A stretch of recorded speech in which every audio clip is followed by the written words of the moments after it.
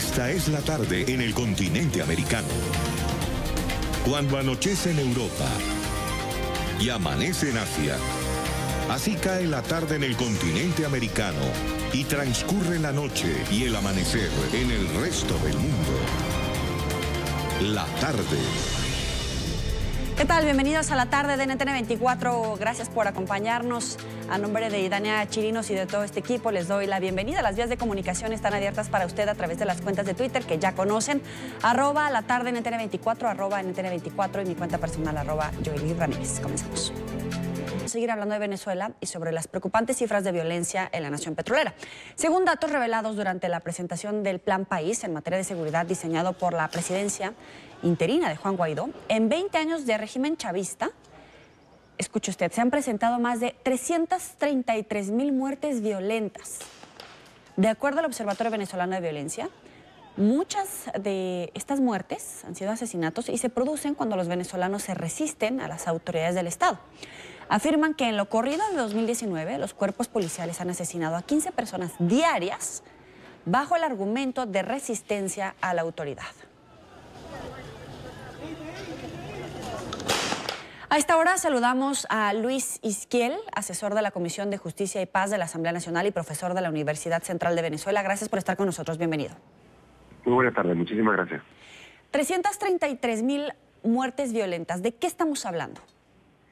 Bueno, estamos hablando del país más violento del mundo.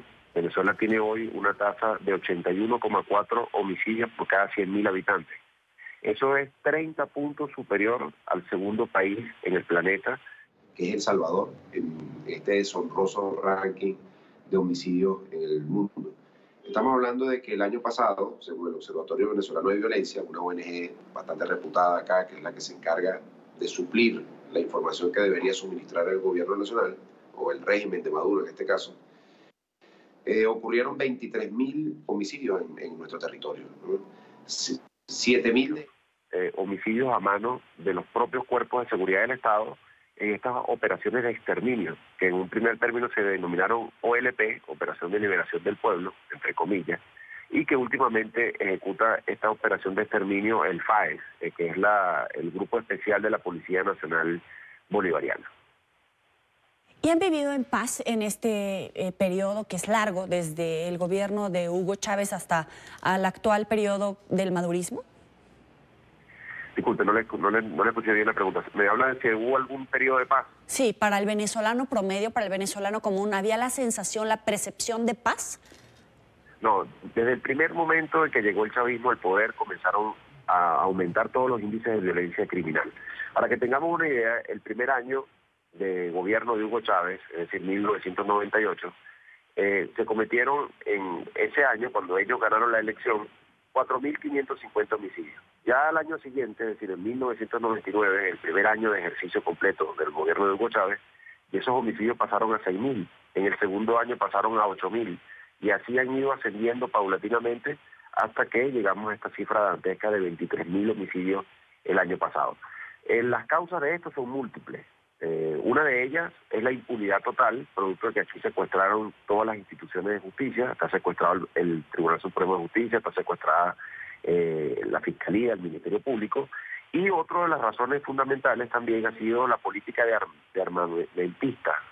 armamentista que ejecutó Hugo Chávez y que continúa Maduro, de armar grupos paramilitares como esos que denominan colectivos, armar milicias bolivarianas, que es un componente que no está en la Constitución, pero no obstante a esto lo crearon igual, y un discurso violento desde Miraflores, de que acá todo el mundo debe tener un fusil. Bueno, entonces ahí tenemos las consecuencias.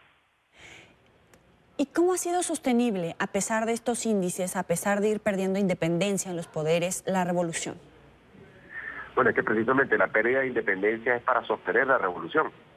A ellos no les importa que el Poder Judicial, el Ministerio Público no persiga, no investigue, no procese, no sancione a los que asesinan, a los que secuestran, a los que roban en Venezuela, porque a ellos lo que les interesa es tener secuestradas esas instituciones del sistema de justicia para perseguir a la disidencia. Para eso sí son muy efectivas estas instituciones.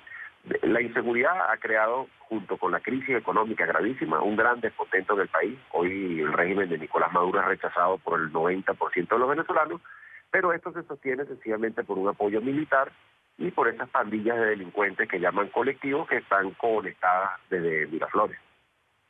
Hablemos de sin violencia, sin represión, sin armas, tal vez incluso sin el régimen madurista militar. ¿El régimen puede sostenerse?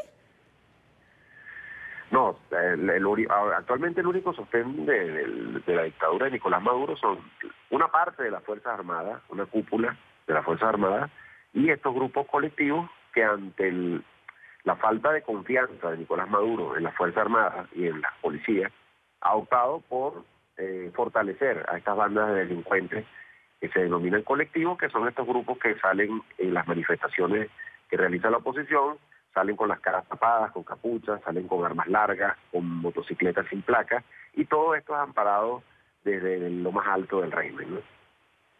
¿Y a qué atribuye a que haya grupos sociales, gente del común, que se preste a esta actividad delictiva contra los propios venezolanos, más allá de esa élite militar madurista? Bueno, algunos de ellos probablemente lo harán por temas de radicalismo ideológico, pero yo estoy convencido que el grueso de los que forman parte de estas pandillas lo hacen sencillamente por el motivo de lucro. Algunos están en las nóminas del régimen, en las nóminas de las instituciones, inclusive hasta en las propias policías. Policías uniformados se lo quitan, se ponen una capucha, salen en una motocicleta y se convierten mágicamente en colectivos. Además, estos colectivos tienen acá en Venezuela varios de los negocios ilícitos. Por ejemplo, la venta de comida regulada, que usted va a un supermercado y no la consigue, ¿no? Porque está a un precio bajo, subsidiado. Bueno, esa comida sale por los caminos negros y termina en las calles vendidas a 2, 3, 4 veces el precio que debería venderse. Y quienes la venden en muchas oportunidades son estos mismos grupos de colectivos que tienen una forma de financiamiento por allí. Así que al fin y al cabo, en resumidas cuentas, es una finalidad de lucro la que mueve a estos grupos de pandillas para sostener el régimen de Maduro. Ahora, hablemos de un supuesto en el que se llegara a un periodo de transición, de convocatoria a elecciones democráticas, que hubiera, yo sé que estoy hablando de una utopía, pero que hubiera independencia en los poderes en el Consejo Nacional Electoral.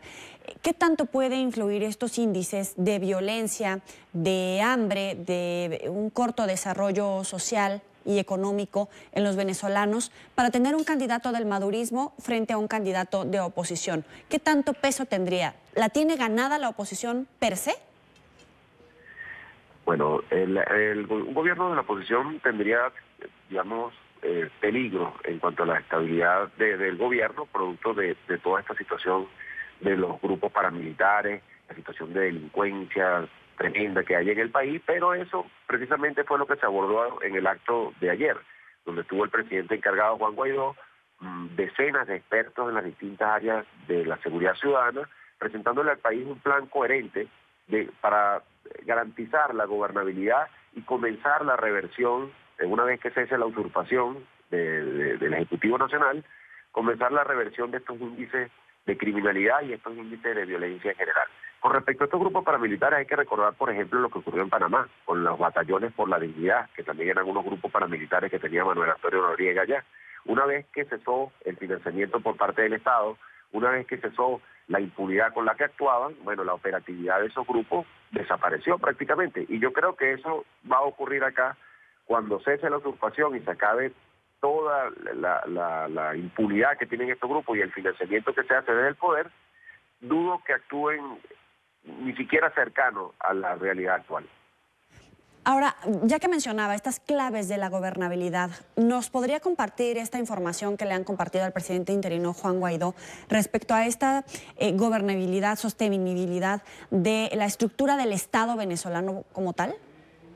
Bueno, ayer hubo un acto histórico en la Universidad Católica, 3 de ellos, porque por primera vez en 20 años un presidente de la República se reúne con este grupo grande de expertos en las distintas áreas de la seguridad ciudadana para presentarle al país una ruta de esperanza de que sí es posible, de que al igual como lo hizo Colombia, que en los 90 tuvo unos índices de violencia criminal altísimos y luego paulatinamente los ha ido disminuyendo, al igual que lo está haciendo actualmente El Salvador, lo está haciendo Honduras, Venezuela también puede transitar este camino y digamos, facilitar las herramientas para que los venezolanos podamos vivir con tranquilidad, en paz, como se hace en otros países. Le agradezco a Luis Izquiel, asesor de la Comisión de Justicia y Paz de la Asamblea Nacional y profesor de la Universidad Central de Venezuela. Gracias por estar con nosotros. No, muchísimas gracias a ustedes. Hasta luego. Hasta luego. Y la ciudad de Caracas lleva 2 días sin que funcione el internet de la empresa estatal de comunicaciones CanTV, la cual tiene 80% de la prestación de este servicio en todo el país. En otros estados la situación es peor. En algunas zonas tienen hasta 2 años sin siquiera línea telefónica. Los ciudadanos protestaron este viernes, pues aseguran que el agravamiento de la crisis de los servicios públicos en el país ya no es solo de electricidad y agua, sino también les ha impedido comunicarse con sus familiares y mantenerse informados. Temen un colapso total de este servicio. Luis Alejandro Laya, periodista en NTN24 en Caracas, tiene la información. Hola, buenas tardes. Más de 48 horas tiene la ciudad de Caracas sin el servicio de internet que presta exclusivamente la empresa CanTV, manejada por el Estado venezolano. En otros estados, como por ejemplo en el estado Zulia, el más afectado por las fallas de los servicios públicos en Venezuela, tienen hasta 2 años sin ningún tipo de conexión, ni telefónica ni de internet. La situación que viven los ciudadanos es realmente grave. Por ejemplo, del sector donde yo vivo, del estado Zulia, en la zona norte, ya hacía 2 años antes ya no había ni conexiones, no habían cables porque todo eso se lo robaban, no había ni siquiera material para poderlo reponer. Así de crítica es la situación con las comunicaciones en el país. Ciudades enteras incomunicadas. Las fallas son agravadas por los constantes apagones. Bueno, imagínense que mi hermana tiene más de 13 horas ahorita tiene más de 13 horas sin electricidad. Y menos se va a poder comunicar. Nada. Esta situación afecta también a la capital, Caracas, donde los últimos 2 días no ha funcionado el servicio de internet y la señal telefónica local funciona por zonas. Lugares en Catia, la parte alta de La Vega o distintos lugares de Antímano no tienen ni siquiera conexión telefónica hace muchísimos meses, y a pesar de hacer el reclamo a CanTV, ellos excusan que no hay conexión porque se robaron los cables y no tienen capacidad hoy de reponer. Como una empresa como CanTV, una empresa que debería ser la joya de la corona de las empresas públicas por la capacidad que tiene las telecomunicaciones de generar ingresos, pues hoy no tiene ni siquiera para reponer unos cuantos metros de fibra. Incluso en zonas populares como La Vega, al oeste de la capital, los ciudadanos estuvieron incomunicados por 10 días continuos y tenían que ir a casa de amigos al otro lado de la ciudad para poder reportarse con sus familiares en el extranjero. Vamos a la India, al Paraíso, alguna gente que tiene otra clase de conexión, entonces hablamos, mira, estamos bien, los hijos que están afuera desesperados, mamá aparece, no podemos hablar con ustedes, por favor, ¿dónde están? Auxilio, la estamos buscando, mire, eso es desesperante, amigo.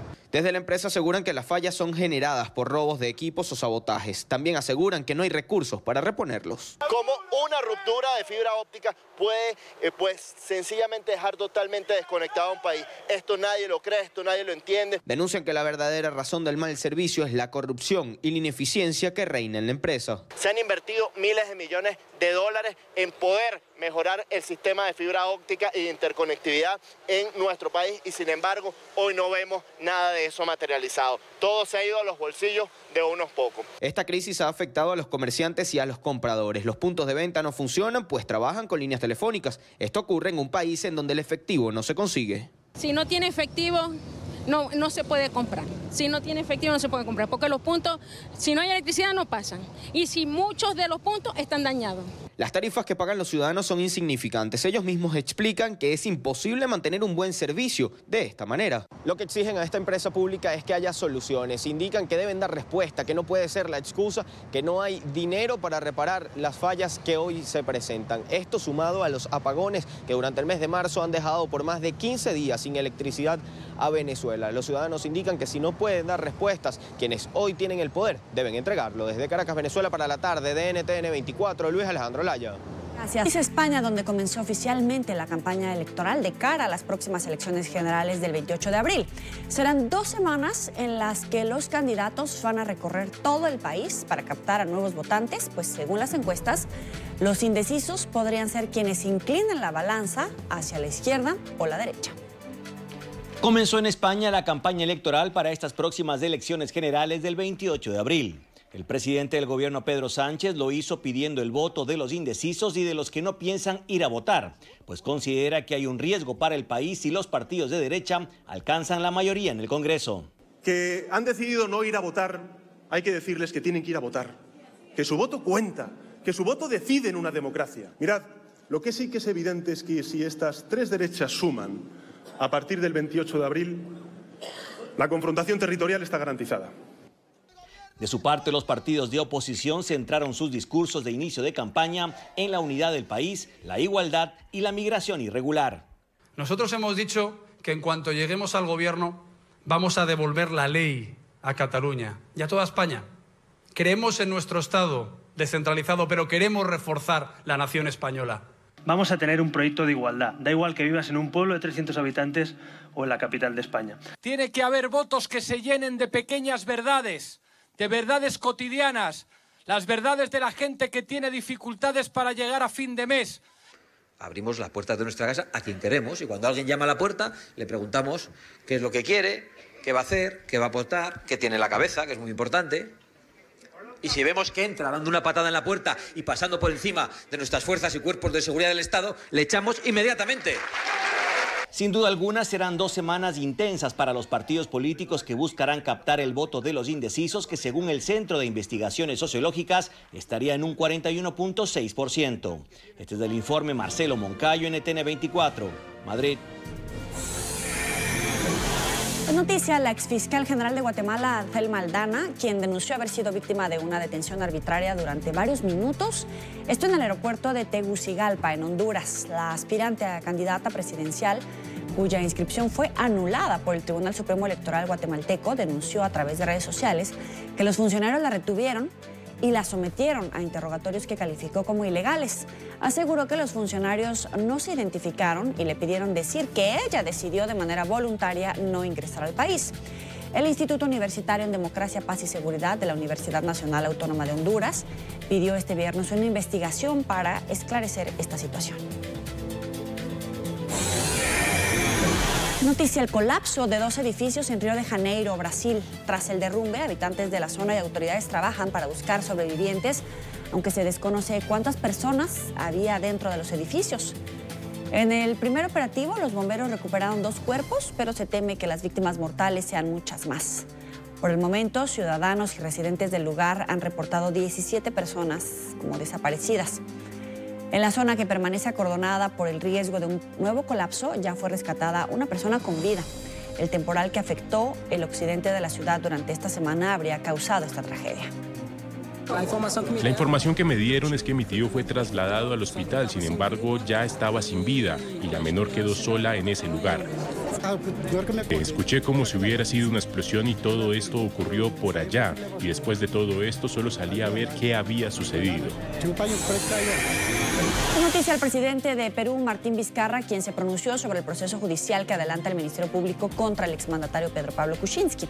El jefe de Estado expresó su respeto irrestricto a la independencia de poderes en su país. Además, señaló que en ocasiones considera el uso de la prisión preventiva como excesivo, pero espera que las investigaciones sigan su curso bajo los principios de imparcialidad, legalidad y transparencia, garantizando al expresidente el derecho al debido proceso. Este fue el primer pronunciamiento de Vizcarra desde que Kuczynski fue detenido durante 10 días, mientras se investiga un presunto lavado de dinero vinculado con el caso de corrupción Odebrecht.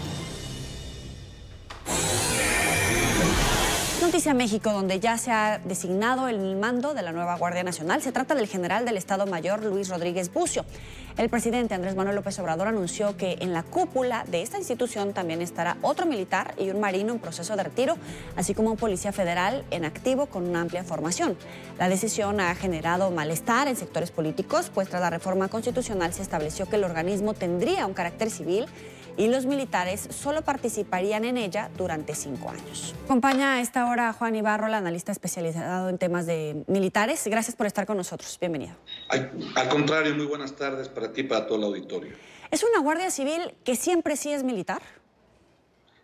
No, es una guardia civil que básicamente y en una primera etapa va a estar conformada por policía militar, policía naval y policía federal. Evidentemente, esto podría generarle o producir un carácter militar. Sin embargo, la realidad que está viviendo México hace que no se cuenten con los elementos civiles suficientes para poder hacerle frente a esta necesidad de seguridad interior que tiene México. Por lo tanto, comienza con estos 3 cuerpos de policía militar, policía naval y policía federal, pero lo que se busca en su conformación Es la selección y el reclutamiento de 20,000 hombres y mujeres que pertenezcan a la primera generación de guardias nacionales, los cuales ya en ese momento son civiles. Ahora, es importante entender que aún ya a pesar de la presentación del nuevo comandante de esta Guardia Nacional, así como de esta coordinación operativa que va a tener tanto como el general Xicotenca como con el almirante García Chávez y la comisaria Trujillo, no tienen un carácter laboral militar. Es decir, no están violando ninguna ley. ¿Y esto por qué? Porque ayer solamente fue una presentación de quienes serán estos mandos. No es una designación oficial. Todavía no están trabajando en ese puesto. Ahora, que el mando de una guardia civil recaiga en un militar, ¿qué significa, por ejemplo, para el respeto a los derechos humanos, para decisiones que va a tomar en algún momento la cabeza de esta cúpula, que es un militar? Porque al final va a partir de su experiencia, de su trayectoria, de su capacitación como militar en labores de sociedad y de policía civil. Es bien importante lo que mencionas porque al final de cuentas el responsable directo de la Guardia Nacional es el secretario de Seguridad Pública y Protección Ciudadana que tiene México, el doctor Alfonso Durazo, y esto debe de calmar y de ser una realidad que en México se debe de tomar bien. Alfonso Durazo es un hombre de probadas competencias, de mucha experiencia en el sector de seguridad, y va a ser quien va a ser el jefe del comandante de esta Guardia Nacional. Ahora, hay otro punto importante a entender, y sucede en el caso de Francia, sucede en el caso de España, de Italia, de Chile, donde tienen gendarmerías o guardias nacionales, guardias civiles, que tienen una administración civil, pero tienen una tutela militar. Es decir, la disciplina que se debe de imponer a un cuerpo armado permanente, como va a ser la Guardia Civil, debe de tener una disciplina militar, porque hasta donde yo conozco, no hay una que sea mucho más efectiva para los efectos que necesita esta Guardia Nacional. Poca gente sabe, en el mundo evidentemente, en México poca gente sabe, que la Secretaría de la Defensa Nacional, es decir, los soldados de tierra y aire de este país, México, son los primeros en haber creado una escuela de derechos humanos en este país. Los militares en México, y te voy a dar una estadística que creo que es muy importante para tu auditorio, han sido sujetos de mucha crítica, de mucho señalamiento, en función de la violación de los derechos humanos. Pero pongo un ejemplo estadístico que lo pueden encontrar en la Comisión Nacional de Derechos Humanos de México. En 10 años se presentaron más de 130,000 denuncias por violaciones a los derechos humanos, se supone cometidas por militares. De estas 130,000 denuncias, esta comisión solamente hizo recomendación para 127, no 127,000, 127, lo cual nos deja en un 0.6% o por ahí está, de violaciones de derechos humanos por parte de militares, que si esto lo comparamos con los millones de operaciones que han hecho las Fuerzas Armadas mexicanas para enfrentar a la delincuencia en los últimos 10 años, pues nos lleva a un nivel muy bajo de violación de derechos humanos, ni siquiera comparable con otros ejércitos. Es decir, aquí lo importante es entender que quien viola los derechos humanos en México no son las Fuerzas Armadas. Quienes violan los derechos humanos en México son los criminales. Me parece súper interesante este 1%. ¿No hay ningún vacío respecto a la cifra negra, es decir, que se denuncien menos de los delitos o violaciones a derechos humanos que se llegan a cometer? No, porque esta es una cifra oficial. Es decir, si no creemos los mexicanos en la Comisión Nacional de Derechos Humanos, que es un organismo autónomo, no es ni siquiera designado por el presidente, es un organismo que el presidente de esta comisión lo designan los congresos. Entonces, si como mexicanos no podemos ya ni siquiera creer en este organismo, que es muy respetable, que es un gran avance en un proceso hasta del derecho humano internacional que México promueve, pues no sé de dónde tendríamos que sacar las cifras. Existe siempre una detracción a lo que es lo militar. Nada más habrá que entender que en México las Fuerzas Armadas desde los últimos 100 años, lo único que le han producido a los mexicanos han sido beneficios. Porque se insiste mucho en que la seguridad pública de este país está militarizada, pero cuando existe la ayuda de los militares, ya sea de tierra, de aire o de mar, para ayudar a la población en casos de desastre. No se habla de la militarización de la protección civil. Los militares en México hacen grandes campañas de salud, reforestación, alfabetización, de ayuda a la sociedad, porque esa es su misión principal del Ejército y de la Armada de México en este país. Entonces, no hay una violación, no hay una contradicción en el hecho de que en esta primera etapa sean militares en retiro, lo cual les da un estatus laboral de civiles, los que estén al frente de esto. No se viola la ley de esta manera, y si se llegara a poder accesar a una encuesta masiva verdadera en México, donde se le pregunte a la gente quién prefiere que los proteja, yo te puedo asegurar, por las estadísticas que tiene y por las encuestas que tiene México, que van a pedir que sean los militares quienes los cuiden. Te pongo un ejemplo del Instituto Nacional de Geografía y Estadística de México, el INEGI.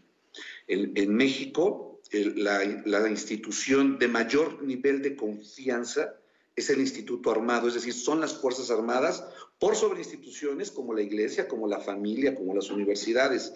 Entonces ahí hay un doble discurso que creo que no es correcto. Al final de cuentas, los mexicanos saben que quienes los protegen son las Fuerzas Armadas. Ahora, la ONU se había pronunciado respecto a la creación de la Guardia Nacional, había puesto algunas claves para proteger los derechos humanos de los mexicanos. En este momento que ya estamos en esta parte de la ejecución, de la conformación, ¿cuáles serían las claves que tú como analista desde México observas que sí se debe de poner atención a partir de este momento? Yo creo que la primera es que si una institución se llega a politizar, una institución que debe de servir a la seguridad interior o seguridad pública de un país se politiza, es decir, que no sea una institución de Estado, puedes tener, como bien dices, unos focos, unas luces de alerta en donde podrían cometerse excesos. Si no se tiene una ley orgánica para esta Guardia Nacional, que por supuesto la va a tener, que sea clara en función de cómo se debe castigar a un elemento de la Guardia que viole derechos humanos, que abuse su autoridad, que no utilice un uso legal de fuerza y de violencia. Recordemos que el único que puede tener ese uso legal de la fuerza y de la violencia es un Estado, y en este caso México lo tiene, es un derecho legal.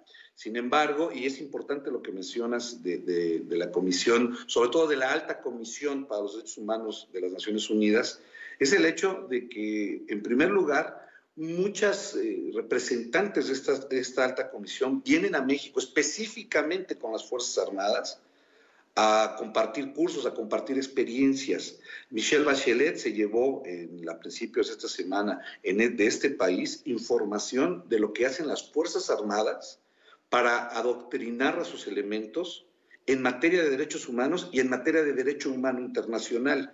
México participa en una gran cantidad de foros internacionales. Propiamente las Fuerzas Armadas participan en una gran cantidad de foros internacionales que tienen que ver con el respeto a los derechos humanos.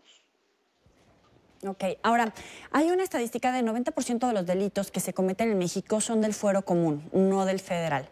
Pero quisiera planteártelo de esta manera. Parece que el narcotráfico y el crimen organizado no son temas que hayan podido enfrentarse en secciones anteriores, no sé si por la corrupción, por la infiltración de criminales en el gobierno, la virulencia y el poder de los cárteles de la droga. En este momento, el gobierno de López Obrador se está quedando corto para enfrentar a cárteles, al narcotráfico, y solamente a través de una Guardia Nacional puede hacerlo, ¿o por qué se crea este organismo? No, lo que necesita México, insisto, y esto es importante, la función de las Fuerzas Armadas no es vigilar la seguridad pública de un país o de un municipio, es decir, un condado, un estado. La función de las Fuerzas Armadas es proteger la seguridad exterior, proteger la seguridad interior y poder proteger a la población cuando tenga un caso de desastre, ya sea natural o provocado por el hombre. Luego entonces se necesita una respuesta federal efectiva que pueda coordinarse con policías y con autoridades locales, es decir, municipios y estados, para que en conjunto se le pueda dar solución a problemas de seguridad pública que se convierten en problemas de seguridad interior. La seguridad interior es cuando está rebasada la seguridad pública. Lo que se está haciendo a partir de la administración del presidente López Obrador De alguna manera es lo mismo que se venía haciendo antes, es decir, tener presencia militar en las calles, tener presencia de la Policía Federal en las calles, pero el cambio que se presenta ahora, o a partir de que quede integrada la Guardia Nacional, recordemos que no está integrada, solamente está en el papel, ya es constitucional, pero está en el papel, es que en el momento en que esté integrada, debe de servir para coordinarse con otras autoridades y que esta Guardia Nacional haga esas funciones de seguridad interior. Entonces, van a atacar con esto o van a enfrentar con esto delitos que tengan que ver con el fuero federal como delincuencia organizada, pero también delitos que tienen que ver con el fuero común, que como bien lo mencionas, es lo que tiene en un clima de violencia a este país. De hecho, ya que mencionabas a Michelle Bachelet, a la alta comisionada de Naciones Unidas para los Derechos Humanos, ella decía en este discurso, cuando fue a México, en su discurso de despedida, que le sorprendían las cifras de violencia en México y decía que México tiene cifras de muertes violentas propias de un país en guerra. Entonces, ¿qué sí se le puede pedir al gobierno de López Obrador? Porque apenas va empezando, como tú decías, se está conformando apenas la Guardia Nacional, ya está de manera constitucional, pero todavía no puede ofrecer resultados. ¿Qué se le puede pedir al gobierno de López Obrador? Porque incluso había un reclamo hoy de la prensa en la que decía López Obrador que estos índices de delincuencia han bajado en 20% y la prensa era incisiva y decía, ¿por qué oculta esta información si el primer trimestre del 2019 ha sido el más violento en la historia reciente de México? ¿Qué sí se le puede pedir? Lo que se le puede pedir es que genere la voluntad para que todos los actores del Estado mexicano que tienen la responsabilidad de proteger y de cuidar a los ciudadanos lo hagan. A ver, esto es muy importante. En la realidad, no solamente quedan un presidente, y no por esto estoy haciendo una defensa a López Obrador, soy un crítico de él. Sin embargo, no puede quedar solamente en un presidente, no puede quedar solamente en una Guardia Nacional o en Fuerzas Armadas. Y explico por qué. ¿Cuántas veces en este país las Fuerzas Armadas, la Policía Federal, han recuperado espacios que están en manos de la delincuencia porque los recuperan? Se los devuelven a las autoridades civiles y al poco tiempo, meses quizá, pocos meses, se vuelven a perder estos espacios. Es por eso que también las estadísticas y los índices de crimen y muerte en México son, yo creo que debatibles, porque cada quien tiene sus estadísticas. Ahora, es importante entender a lo que comentabas de Michelle Bachelet, que en este país no es el Estado mexicano quien está matando personas, o no es el Estado mexicano quien está provocando esos niveles de muerte. Desafortunadamente, las estrategias hechas en otros años no han logrado fortificar, por ejemplo, corporaciones policíacas de un primer y un segundo nivel, es decir, estados y municipios, número uno. Número dos, tampoco se ha logrado hacer más sólido el tejido social de este país, que verdaderamente se ha olvidado. Un tema de educación, un tema de cultura, un tema de desarrollo social que no ve la gente y que no le llega. Por eso creo que es muy importante entender que ahora es un esfuerzo de todos, no solamente de una Guardia Nacional y no solamente de un presidente. Si no se hace así, que es lo que hay que pedirle al presidente, exigirle al presidente que genere las condiciones para que haya la voluntad de todas las partes para que se pueda lograr. Le agradezco, Juan Ibarrola, analista especializado en temas militares. Gracias por esta explicación para el Auditorio de las Américas. Muchas gracias a ti y a todo el auditorio. Hasta luego. Vamos a hacer la primera pausa aquí en la tarde. Recuerde seguirnos en las cuentas de Twitter. Las tienen en su pantalla, @NTN24, @NTN24B. Mi cuenta personal, @Yoeli Ramírez. Gracias por seguir con nosotros en la tarde de NTN24. Vamos con más información del Departamento del Hemisferio Occidental del Fondo Monetario Internacional. Presentó sus previsiones económicas para la región, el empeoramiento de las previsiones para México y Brasil. Las dos grandes economías de Latinoamérica y la profundización de la crisis venezolana van a frenar el desarrollo de la región. El reporte con nuestra periodista Carolina Valladares. Muy buena tarde, adelante. ¿Qué tal? Buenas tardes. Ya se conocen cuáles van a ser esos datos de crecimiento para el hemisferio occidental para este año 2019. Y aunque los datos son positivos relativamente, porque la región va a crecer en un 1,4%, el dato negativo es que va a crecer menos de lo esperado a inicios de este año. En concreto, el crecimiento va a ser de un 0,6% menos de lo que se había vaticinado. Las razones, como mencionabais, es que tanto México como Brasil van a crecer crecer también menos de lo esperado y también va a ser por el impacto del crecimiento negativo, en este caso de Venezuela. Empecemos por Venezuela. Es un caso particular, importante, porque va a descender el crecimiento. De hecho, se va a colapsar porque va a caer en un 25%.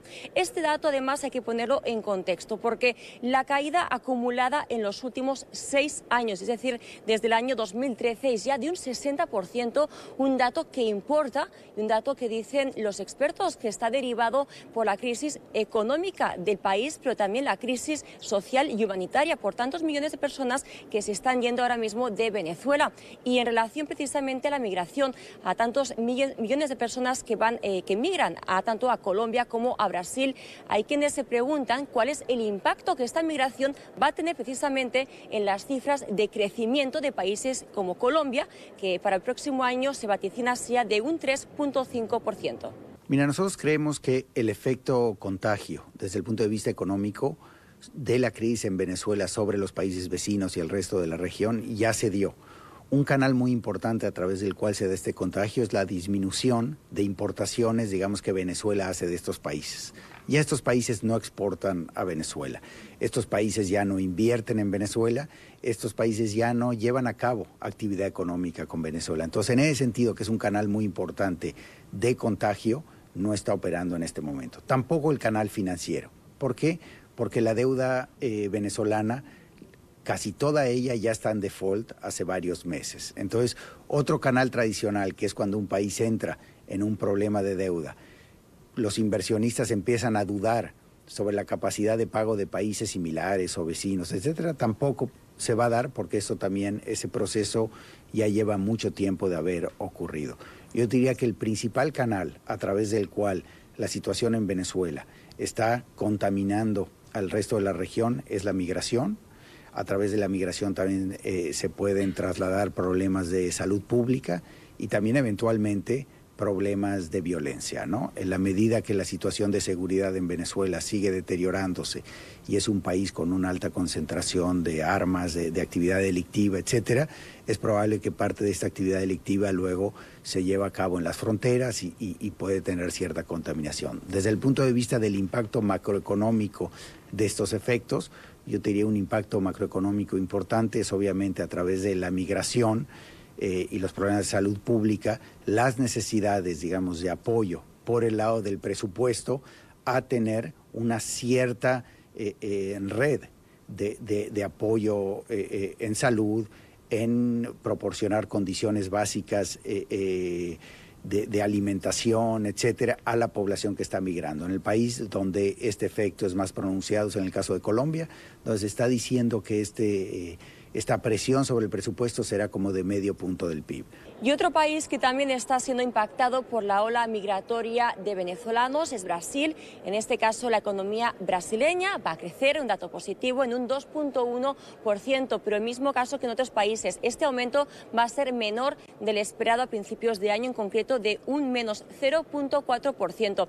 Vamos ahora a hablar de México, otro caso similar al brasileño en el que tiene un impacto muy importante la caída de la previsión de México en el cómputo global, porque se esperaba que el crecimiento fuera de un 2.1%, pues bien, este crecimiento se va a quedar al final en un 1.6%. ¿Por qué este caso de México? Dos son las causas según los expertos. Primero, es por las políticas públicas en el país. Hay incertidumbre en relación a las políticas que va a implementar económicas, en su mayoría el nuevo presidente Andrés Manuel López Obrador. Y luego también otro factor importante es el impacto que tienen las tensiones en las negociaciones en el Tratado de Libre Comercio entre México y América del Norte. ¿En qué se va a quedar todo esto? Pues bien, esto impacta en los datos de crecimiento del país. Este es el reporte desde Washington. Carolina Valladares para NTN 24. Adelante. Gracias, Carolina. Y el Consejo de Seguridad de la ONU llamó la atención del gobierno de Colombia con el objetivo de urgir el trámite definitivo de la ley estatutaria que sustenta la Jurisdicción Especial para la Paz. Esta es la principal observación hecha por el ente rector de Naciones Unidas durante la evaluación que se hizo hoy a la fase de implementación de los acuerdos establecidos con la guerrilla de las FARC. Alejandro Rincón, periodista en NTN 24 en Nueva York, tiene la información. Hola, feliz tarde de viernes para todos. En la mañana de hoy, el Consejo de Seguridad de Naciones Unidas hizo una nueva evaluación a la implementación de los acuerdos de paz establecidos con las FARC. Hubo dos argumentos comunes en las intervenciones entregadas por los integrantes del ente rector de este organismo internacional. Por una parte, se hizo un llamado de atención al Congreso colombiano, de forma tal que concluya el debate y trámite de la ley estatutaria que da vida a la Jurisdicción Especial para la Paz, estancada actualmente en el legislativo colombiano. Adicionalmente, se reafirmó la preocupación del ente rector de Naciones Unidas por la muerte de líderes civiles en territorio colombiano. Estos fueron algunos de los términos y declaraciones que entregaron durante esta evaluación al proceso de paz en Colombia. El asesinato de líderes comunitarios, defensores de los derechos humanos y excombatientes de las FARC continúa siendo una gran preocupación. El despliegue de la milicia colombiana y la policía cerca de las áreas territoriales ha sido y es crítico. El secretario general ha hecho un llamado para acciones y asegurar que la ley estatutaria que consiste con el acuerdo de paz se tome lo más pronto posible. Tras la sesión tuvimos la oportunidad de consultar directamente al ministro de Relaciones Exteriores de Colombia, Carlos Holmes Trujillo, enviado directamente por la administración de Iván Duque, con el objetivo de responder a las inquietudes planteadas hoy por el Consejo. Este fue el mensaje que Colombia trajo al ente rector de Naciones Unidas. Lo que el presidente Duque ha buscado es certidumbre institucional, más certezas institucionales. Todo el esfuerzo del gobierno lo que apunta es a que haya más certeza, más certidumbre y por lo tanto más sostenibilidad del acuerdo. Pero si se miran las propuestas con todo detalle, son convenientes. Es bueno que los delitos sexuales contra niños, contra adolescentes, pues no hagan parte de la Jurisdicción Especial para la Paz hacia el futuro, sino de la jurisdicción ordinaria. Y naturalmente es bueno que haya una línea clara con respecto a la fecha de comisión del delito y sus impactos.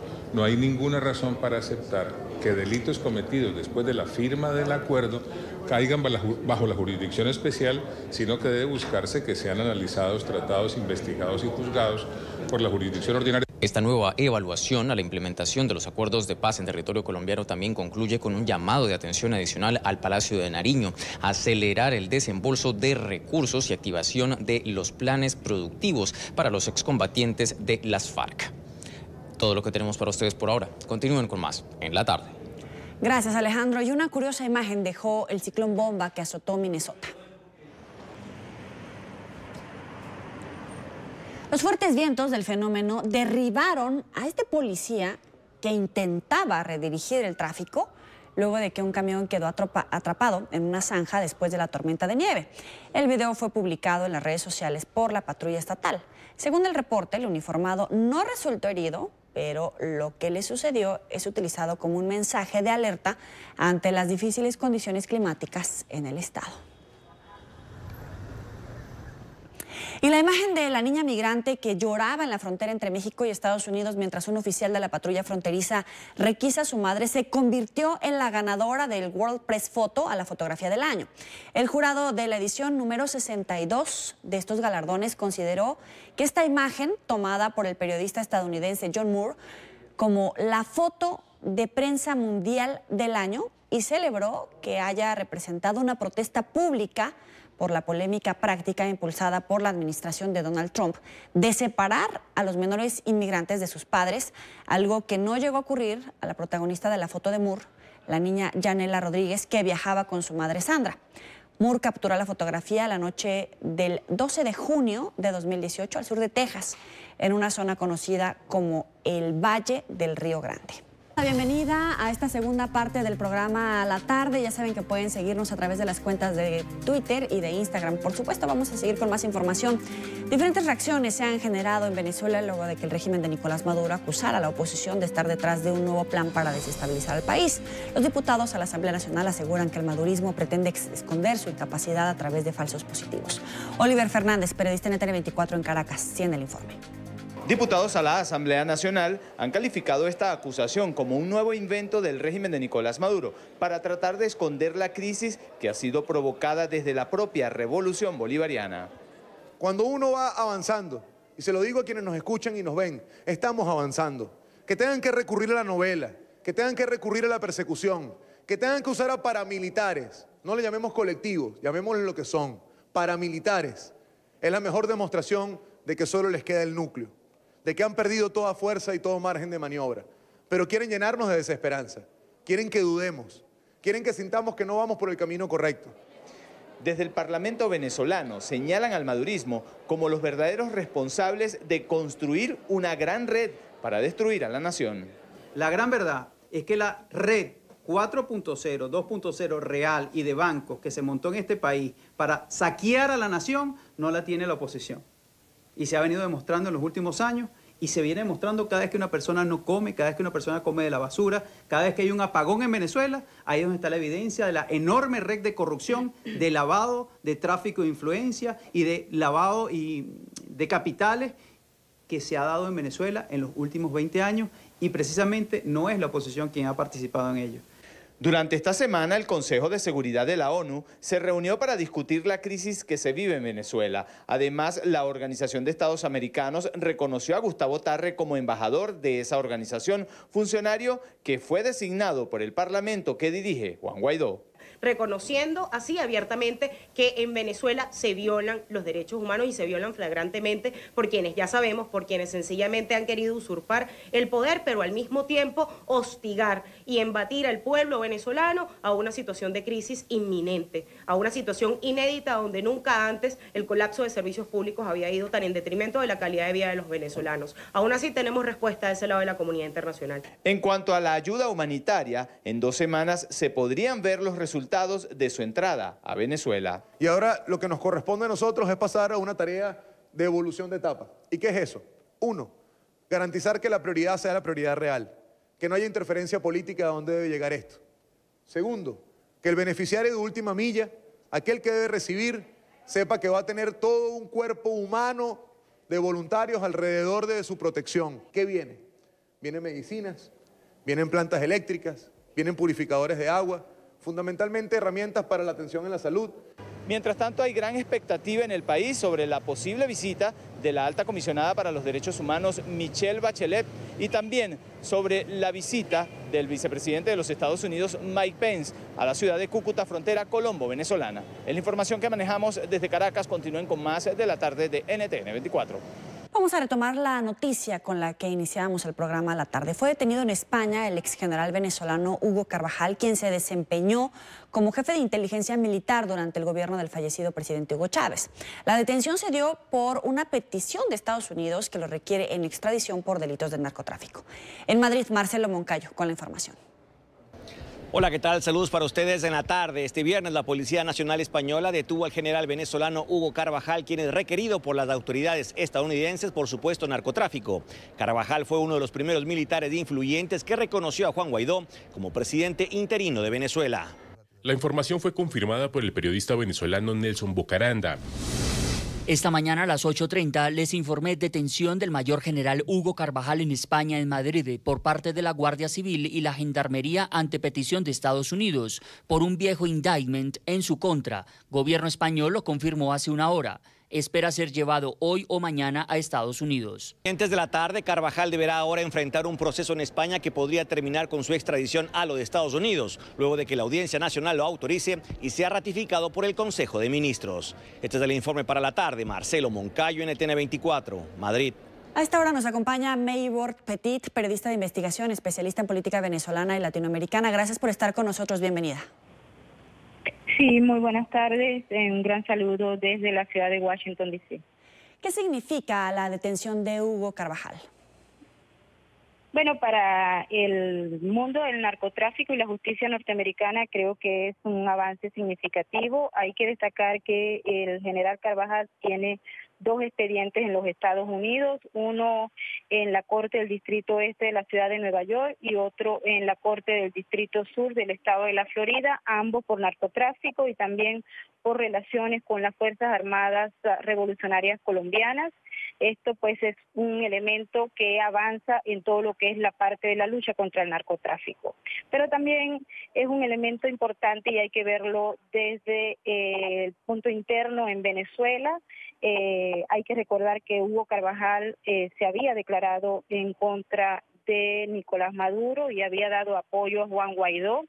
En las Fuerzas Armadas había opiniones a favor y en contra, puesto que el asunto de la vinculación del general Carvajal con el narcotráfico hacía que frenara algunas opiniones al respecto. Pero este hombre tiene muchísima información sobre el régimen que muy probablemente la justicia norteamericana va a aprovechar, justamente porque sabemos que existen una serie de investigaciones federales que conllevan a la acusación de varios miembros del régimen de Nicolás Maduro, y la información que posee Carvajal pues muy probablemente vaya a ser de gran utilidad para la alimentación de esas acusaciones federales futuras. Ahora, él había sido detenido ya en una ocasión y hasta donde entiendo, por eso necesitamos de tu experiencia, él había sido apoyado por el régimen de Nicolás Maduro, había logrado rescatarlo, pero en este momento que el general había reconocido a Juan Guaidó ya como presidente interino, es que se registra esta noticia. Quiere decir que en algún momento el general puede testificar, puede ser clave como un testigo en contra de las cabezas de la cúpula de Nicolás Maduro? Sí, ciertamente. La información que posee, a pesar de que se inicia, porque hay que recordar que él fue jefe de inteligencia durante el gobierno de Hugo Chávez, también mantuvo sus contactos y su base de datos extraordinaria en relación a todos los miembros del régimen, lo que quiere decir que esta información es valiosa. Importante aclarar, puesto que he consultado varias de las fuentes, y el general, hasta que se produjo su detención, no había logrado ningún acuerdo concreto de negociación, porque habían algunos elementos que no habían sido aceptados por los fiscales. Lo que quiere decir que dentro de este proceso que se va a dar, que muy probablemente lleve algún tiempo, está previsto pues que el general, entre otras cosas, acepte o no la culpabilidad en los cargos que la justicia norteamericana tiene en su contra, y adicionalmente a ello que provea de información que seguramente, como te digo, es muy importante, y que la fiscalía la acepte como tal para poder inclusive testificar en contra de algún miembro del régimen de Nicolás Maduro que vaya a juicio en los Estados Unidos. ¿Alguno de esos miembros del régimen de Nicolás Maduro que están vinculados a los cárteles del narcotráfico? Se me viene a la mente el cártel de los Soles, pero también a su vinculación con la ex guerrilla, ahora partido político de la FARC aquí en Colombia. ¿Quiere decir que esa es la línea hacia donde podría dirigirse esta noticia? Es decir, que veamos testimonios, información valiosa de estos puntos claves del madurismo que están vinculados con el narcotráfico y las FARC. Sí, ciertamente. Vale recordar que no solamente son el cartel de los Soles o alguna otra organización interna de Venezuela, y con las organizaciones disidentes de la FARC y las mismas FARC, sino también que se ha venido discutiendo en varios juicios que he tenido la oportunidad de cubrir la vinculación de miembros del régimen con otros carteles, como el cartel de Sinaloa, por ejemplo, o el cartel de los Zetas, entre otros. Podemos destacar el caso, por ejemplo, de Tarek El Aissami, que era hasta hace muy poco vicepresidente de Venezuela y hoy en día ocupa una vicepresidencia en el área económica, y que ha estado al frente de las negociaciones que se han hecho en el Medio Oriente. Este señor está acusado no solamente de narcotráfico, sino también de tener relaciones con grupos terroristas como el Hezbollah o Hamas, entre otros. Maybord, quisiera que nos ayudaras a entender la profundidad del impacto que tiene que un exmiembro del chavismo, como lo es el general Hugo Carvajal, haya reconocido a Juan Guaidó y le diera la espalda con las palabras que escuchábamos hace unos momentos a Nicolás Maduro. Quiere decir que aún la cúpula más dura del chavismo puede resquebrajarse y llegar hasta estos extremos de incluso declarar en contra del madurismo o del chavismo, y así en todo caso puede lograrse sacar a Nicolás Maduro y a su banda del poder. Bueno, aquí yo creo que hay un elemento importante de oportunismo. El presidente interino Juan Guaidó propuso una amnistía para aquellos militares que pasaran del régimen a su mando, y él lo aprovechó y posteriormente empezó ese proceso. Importante destacar que las negociaciones en relación a los cargos de narcotráfico con los Estados Unidos y Hugo Carvajal ya habían iniciado antes de la aparición misma de Juan Guaidó. Él había establecido contactos con abogados en los Estados Unidos para conversar con fiscales al respecto.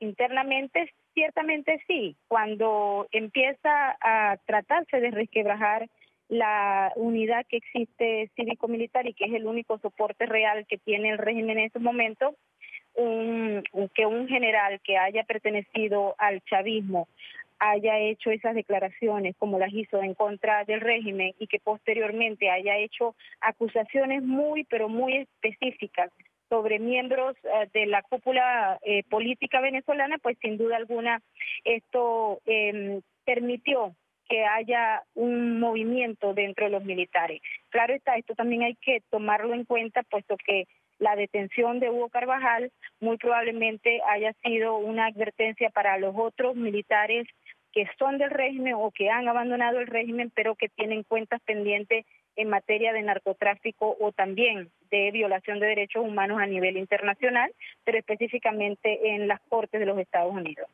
Quisiera entender, la captura del general Hugo Carvajal no es tanto una labor, los resultados de una labor de inteligencia, en este caso del gobierno español, de la petición del gobierno de Estados Unidos, sino el resultado de este ofrecimiento que hace Guaidó de darles amnistía a los militares de alto rango como el general, que comiencen a cooperar. ¿Puede ser ese el resultado? No, yo creo que la decisión y el ofrecimiento que hizo el presidente interino Juan Guaidó para los militares que cruzaran el bando era única y exclusivamente a nivel de Venezuela. Como podrás entender, decisiones internas de un país no vinculan con los procedimientos jurídicos federales que hay en los Estados Unidos, por ejemplo, o en cualquier otro país. La justicia criminal marcha de una manera independiente en los Estados Unidos.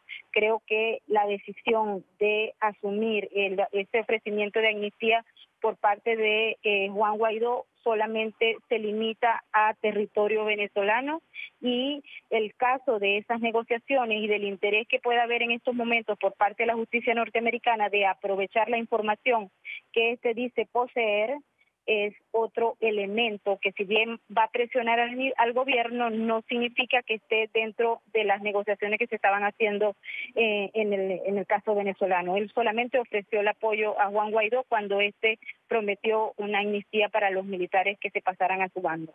Ahora, se supone que Hugo Carvajal puede ser extraditado entre hoy y mañana, hasta donde entiendo. ¿Cuál es el futuro que le espera al general? No sabemos exactamente si va a ser hoy o mañana, porque por lo general las extradiciones se llevan un poquito más de tiempo, pero todo lo que se nos ha informado es que él va a ser presentado ante un juez como corresponde, un juez federal en los Estados Unidos, y todo parece indicar que va a ser en la ciudad de Nueva York. Y de allí pues va a depender de los niveles que se acuerden de cooperación, cómo va a seguir el proceso. Si él no acepta los cargos que se le están imputando, pues hay un procedimiento para eso, pero si él acepta los cargos o llega a un acuerdo previo con los fiscales, pues se iniciaría ese proceso de cooperación que sin duda alguna la justicia pues va a aprovechar. ¿Sí o sí es sentencia de cárcel en Estados Unidos?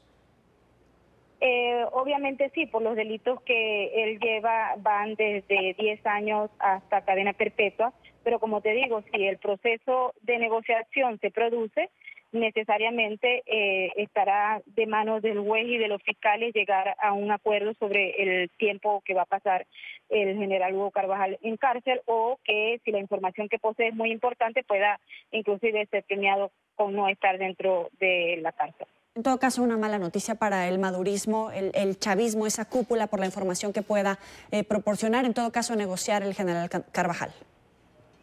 Sí, definitivamente es una mala noticia, no solo para el régimen, sino también para los asociados de Carvajal, porque si hemos tenido experiencia en relación a carteles de la droga y a miembros criminales que los conforman, pues a la hora de salvarse, pues ellos son capaces de cualquier cosa, inclusive de vender a sus propios familiares o socios. De hecho, el Chapo Guzmán está en la misma corte que lleva el caso del general. Eso supongo que despierta una alerta incluso de manipulación de los dos reos en el juzgado, en la cárcel donde van a estar ambos en Nueva York. Bueno, no sabemos exactamente la situación interna, pero no lo sabemos. Esa es una de las cárceles federales más seguras de los Estados Unidos.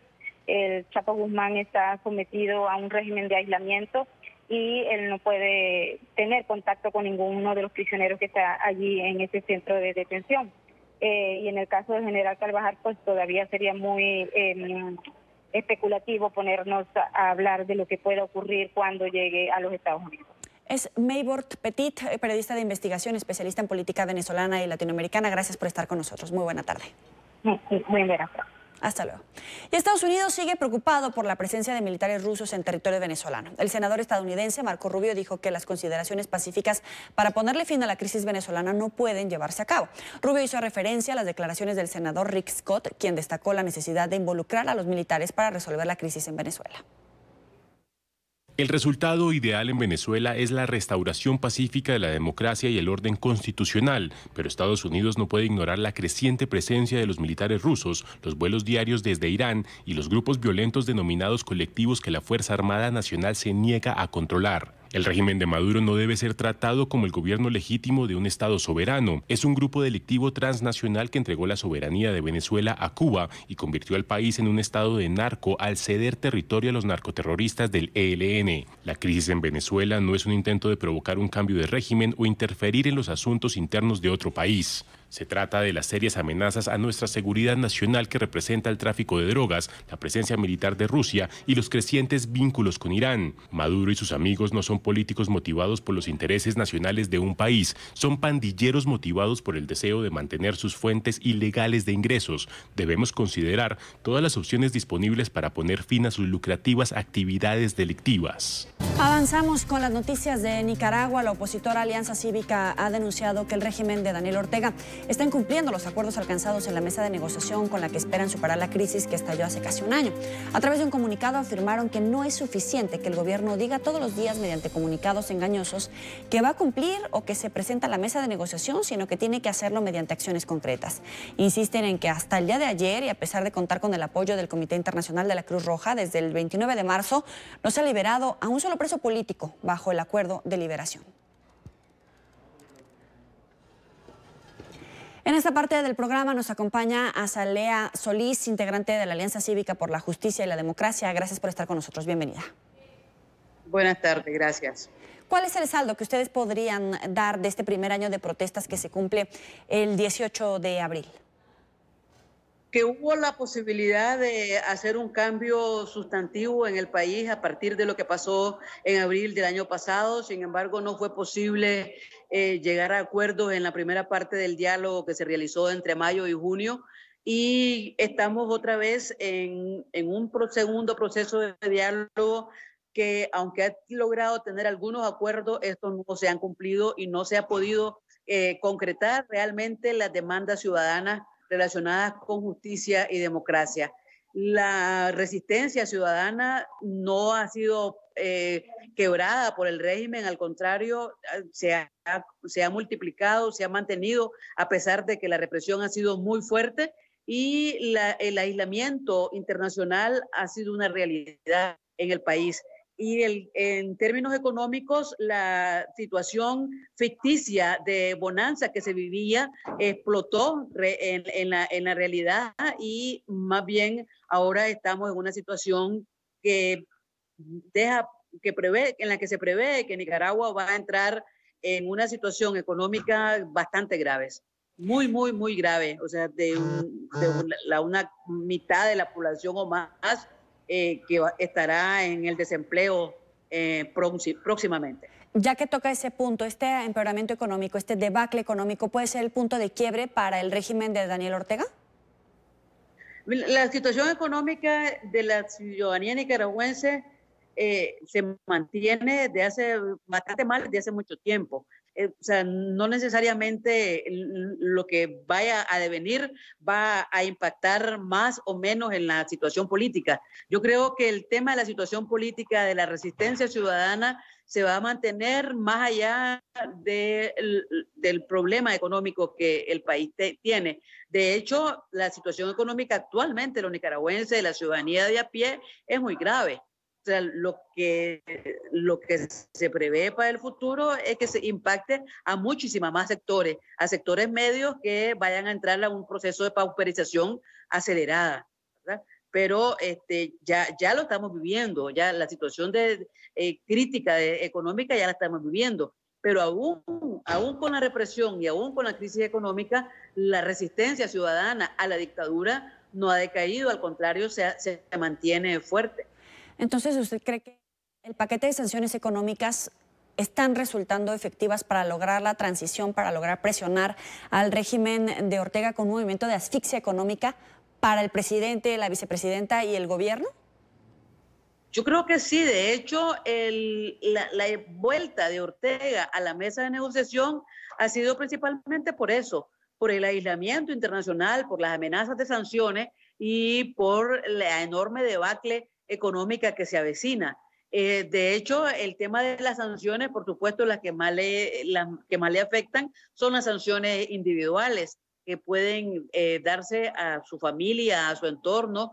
Esas son sanciones que les temen mucho. Y el hecho de la posibilidad de la justicia universal es algo que también ha hecho que el régimen se sienta afectado y haya querido volver a la mesa de diálogo para encontrar una salida a su beneficio, no una salida a la crisis que afecta a toda la ciudadanía. Pero sí, las sanciones económicas y la amenaza de las sanciones económicas lo tienen en esa situación.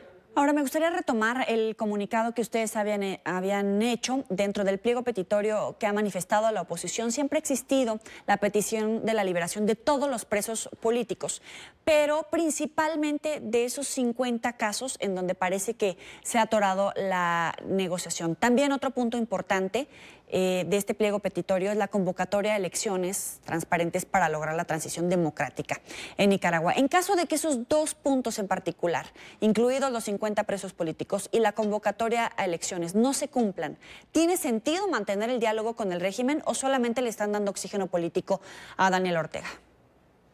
Sí, el 3 de abril se cerraron las negociaciones porque no hubo posibilidades de lograr ningún acuerdo en el tema de la justicia transicional y no hubo posibilidades de lograr ningún acuerdo en el tema de adelanto de las elecciones. De hecho, el régimen no piensa, no ha presentado ninguna propuesta sobre esos temas. Pero para el 3 de abril se habían logrado dos acuerdos, pues el acuerdo de la liberación de los presos políticos y un acuerdo que resulta bastante absurdo, que se salga de una mesa de negociación, que es el cumplimiento de los derechos y garantías, que es una obligación del gobierno porque son normas constitucionales. Pero bueno, la verdad es que todos los derechos y garantías relacionados con la libertad de expresión, de participación, de organización o de manifestación se han violado por el régimen. Entonces, esos dos acuerdos, lo que se dijo el 3 de abril, que se cerraban las negociaciones en justicia y democracia, pero que se dejaba abierto para la implementación de estos acuerdos que se firmaron el 27 y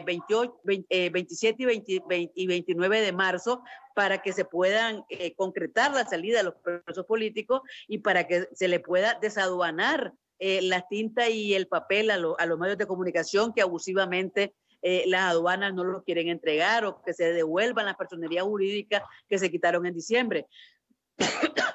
Frente a eso es que se quedó abierto el tema del diálogo, en la implementación, pero no en la negociación. Habrá que valorar en los próximos días, dependiendo de cómo se desarrollan los acontecimientos de estos días, cuál será la medida que hay que hacer, pues, porque francamente que no tiene sentido tener abierto una posibilidad en la que el régimen ha dado claramente que no tiene voluntad de cumplir.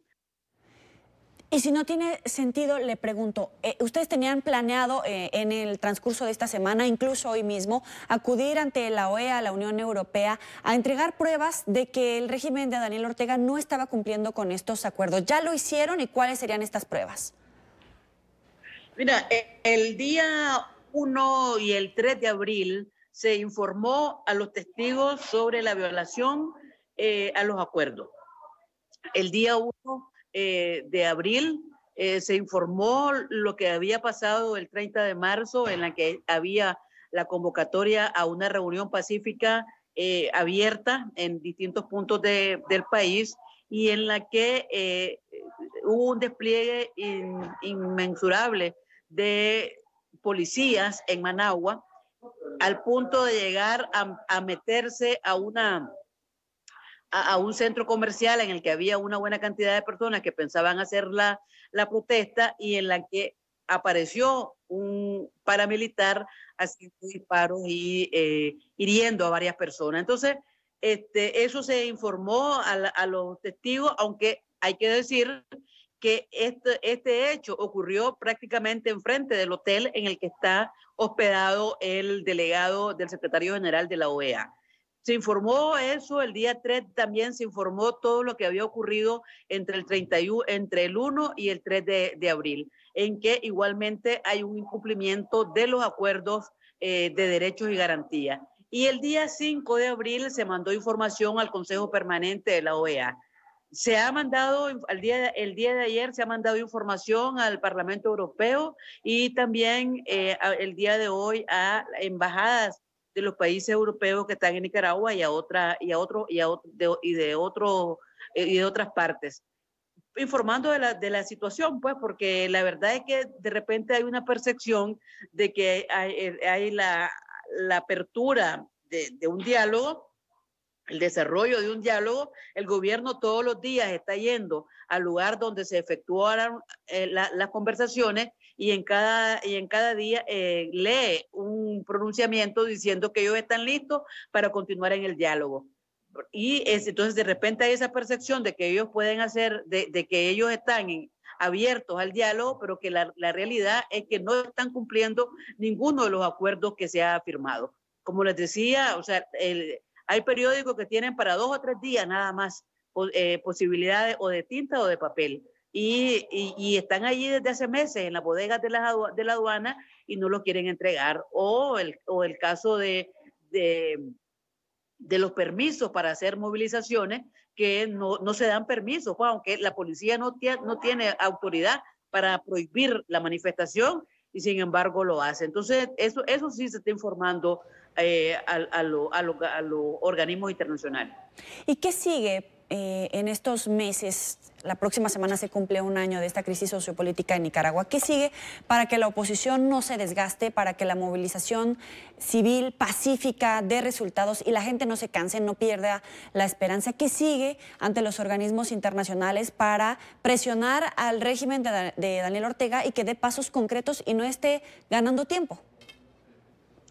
Mira, el año pasado se rompió el diálogo el día en que fuerzas gubernamentales atacaron a los obispos en una ciudad a 40 kilómetros de Managua. Y ya no hubo posibilidades de volver a retomar porque prácticamente 24 horas después vino la represión sangrienta en distintos puntos del país que se cobró la vida de muchísima gente y resultó en decenas y decenas de personas encarceladas desde ese entonces. Algunas de ellas que todavía continúan encarceladas.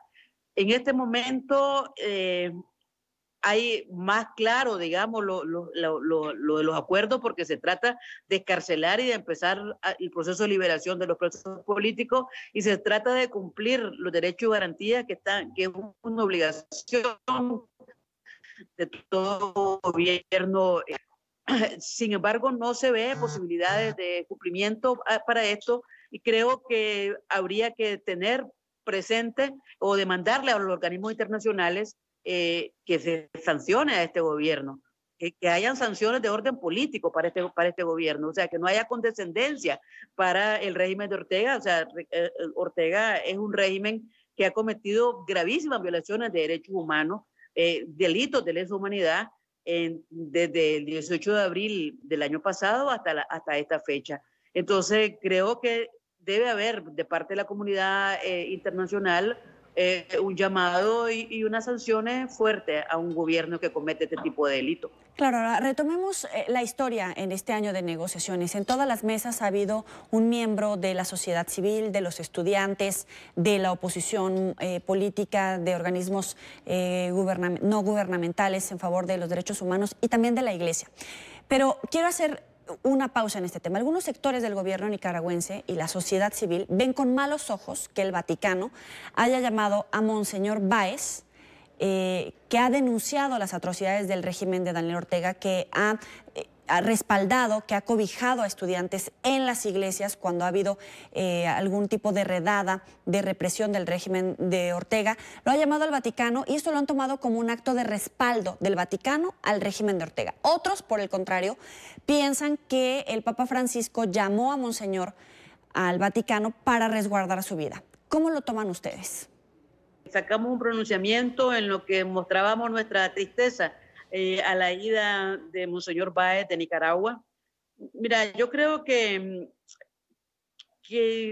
pensar que lo movieron para darle gusto a Ortega, yo creo que es darle un poder a Ortega que no tiene. Seguramente hay algunas decisiones en esta medida del Vaticano que está ligada a la situación política del país, pero creo que trasciende más allá de los intereses de Ortega. Me parece que también confluye en esto la necesidad de salvar la vida de Ortega, y en eso el Monseñor Báez no tiene garantía de que su vida sea protegida en Nicaragua. Yo creo que más bien se le está diciendo al gobierno que no tiene capacidad de proteger la vida de una persona como Monseñor Silvio Báez.